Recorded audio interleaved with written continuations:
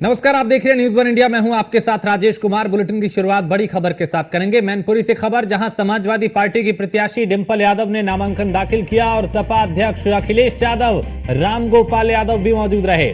डिंपल यादव और जयवीर सिंह के बीच कांटे का मुकाबला है। नामांकन से पहले मुलायम सिंह की समाधि स्थल पर डिंपल यादव पहुंची और यहां उन्होंने पुष्प अर्पित करके उन्हें नमन किया, उन्हें श्रद्धांजलि अर्पित की।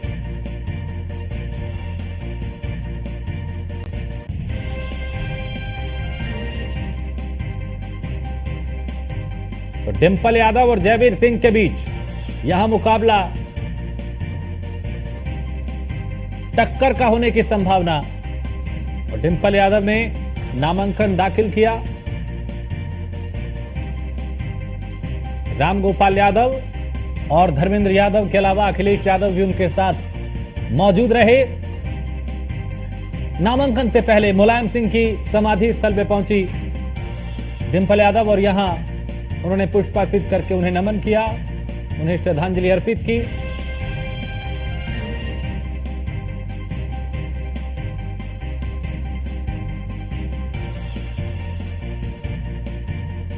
तो मैनपुरी का मुकाबला जो है, चुनाव जो है वो बेहद दिलचस्प होने जा रहा है, क्योंकि यहां से भारतीय जनता पार्टी के उम्मीदवार और समाजवादी पार्टी के उम्मीदवार डिंपल यादव में मुकाबला काफी रोमांचक रहेगा। टक्कर देखने लायक होगी। हालांकि बीएसपी ने भी यहां से जातिगत समीकरण को देखते हुए ऐसा उम्मीदवार उतारा जो अखिलेश यादव यानी डिंपल यादव की ही मुश्किलें बढ़ा सकता है।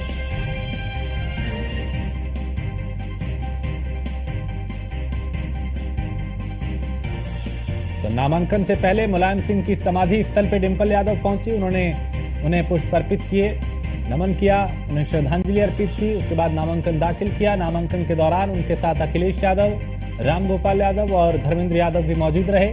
कुछ देर में अखिलेश यादव कार्यकर्ताओं से संवाद भी करेंगे, उन्हें संबोधित करेंगे।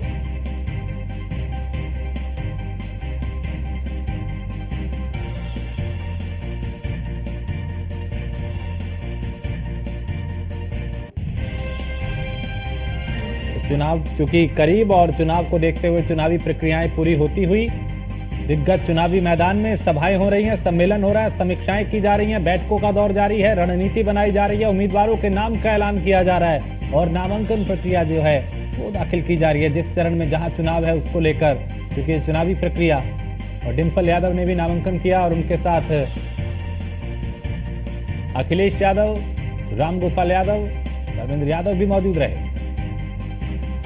और अभिषेक हमारे संवाददाता ज्यादा जानकारी के साथ मैनपुरी से। अभिषेक, यहाँ का चुनाव कितना रोमांचक, चूंकि टक्कर काफी कड़ी हो सकती है। इसके अलावा चूंकि जब नामांकन डिंपल यादव ने दाखिल किया, कौन कौन लोग उनके साथ मौजूद रहे और क्या यहाँ का समीकरण बन रहा है?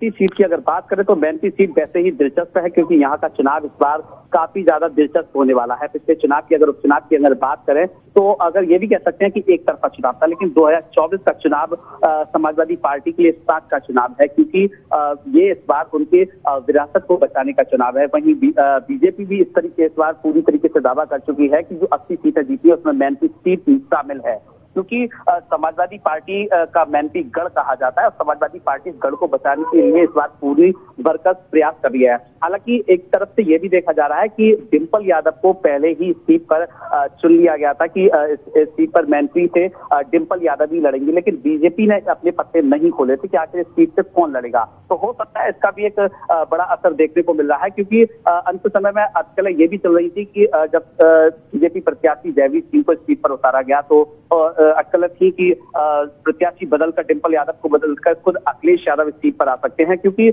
डिंपल यादव के लिए इस समय एक बड़ी चुनौती मैनपुरी में देखी जा रही है। हालांकि समाजवादी पार्टी पूरा भरसक प्रयास कर रही है। एक सवाल आपका था कि आखिर इनके साथ कौन था, तो मैं आपको बता दूं कि एक पूरे परिवार के साथ में, जहां शिवपाल सिंह यादव भी उनके साथ में मौजूद थे, पति अखिलेश यादव भी थे, तेज प्रताप यादव भी थे, प्रोफेसर रामगोपाल यादव, यानी कि अगर पूरी तरीके से कहें तो पूरा परिवार यहाँ पर नामांकन करने के लिए पहुंचा था और पूरे भरसक प्रयास के साथ उन्होंने जीत का दावा भी किया है। जी, ऐसे में अभिषेक, चूंकि यहाँ से बीजेपी ने भी जयवीर सिंह को उतारा है, उधर बीएसपी ने भी यादव उम्मीदवार को उतार के डिंपल यादव की मुश्किलें बढ़ा दी हैं। समीकरण, अगर जातीय समीकरण को देखें तो मामला बेहद पेचीदा हो सकता है।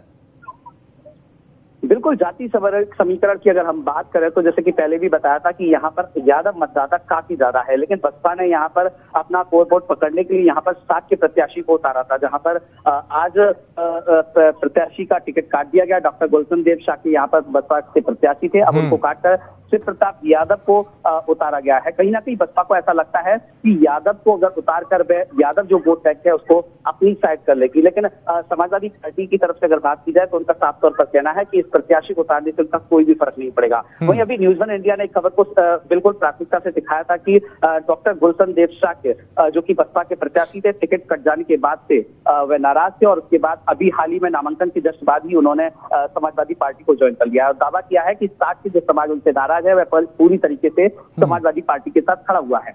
जी, तो क्या यहाँ पे अखिलेश यादव, डिंपल यादव कुछ सभाएं करती, सम्मेलन करती, रोड शो करते हुए नजर आ रहे हैं, अभी उसमें वक्त लगेगा?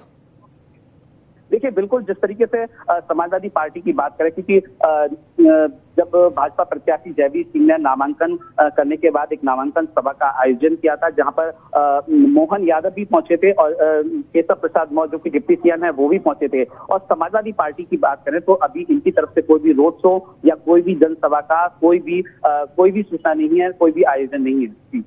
चलिए, बहुत शुक्रिया अभिषेक इस तमाम जानकारी के लिए। और आगे बढ़ते हैं। भारतीय जनता पार्टी ने प्रत्याशियों की एक और सूची जारी की है, जिसमें लोकसभा और विधानसभा की सीटों के लिए प्रत्याशी घोषित किए हैं। 2 लोकसभा सीटों के लिए प्रत्याशी घोषित किए हैं। इसमें फिरोजाबाद से ठाकुर विश्वदीप सिंह को टिकट दिया है, जबकि देवरिया से शशांक मणि त्रिपाठी को प्रत्याशी घोषित किया है। लखनऊ पूर्वी विधानसभा से ओपी श्रीवास्तव को टिकट दिया है, जबकि आशुतोष टंडन भोपाल के निधन से खाली हुई थी सीट और शाहजहांपुर की ददरोल सीट से अरविंद सिंह को टिकट दिया गया है। बीजेपी एमएलए मानवेंद्र सिंह के निधन से यह सीट खाली हुई थी। बलरामपुर की गैसड़ी से शैलेंद्र सिंह शैलू को टिकट दिया है, जबकि सपा एमएलए शिव प्रताप यादव के निधन से खाली हुई थी यह seat.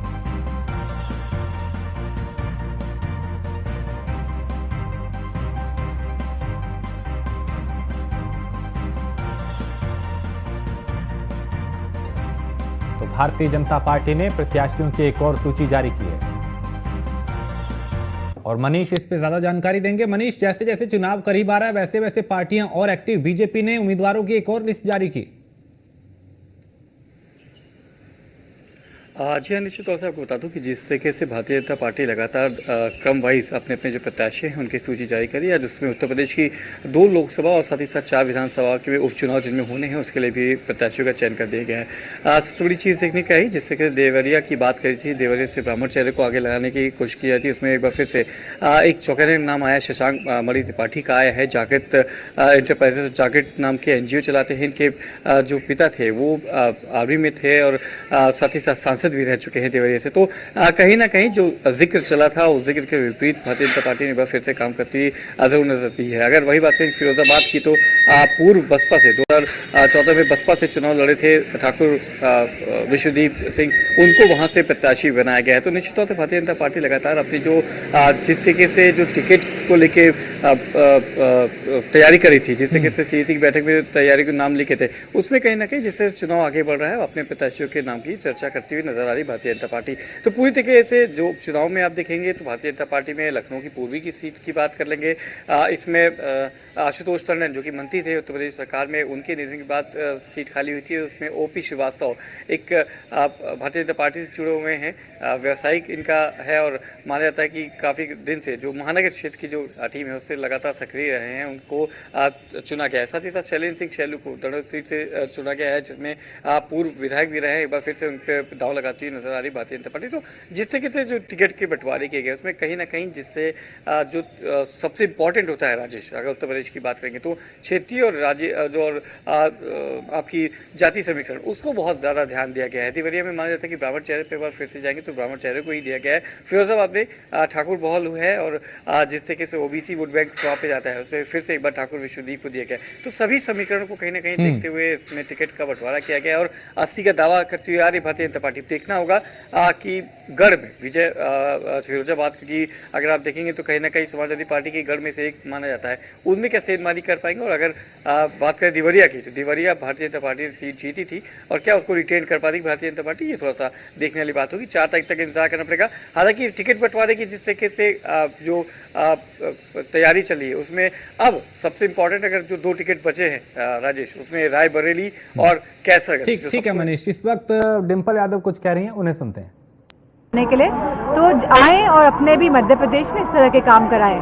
Thank you so much. जो लोग सपा को जिताते थे वही प्रत्याशी बन गए आज।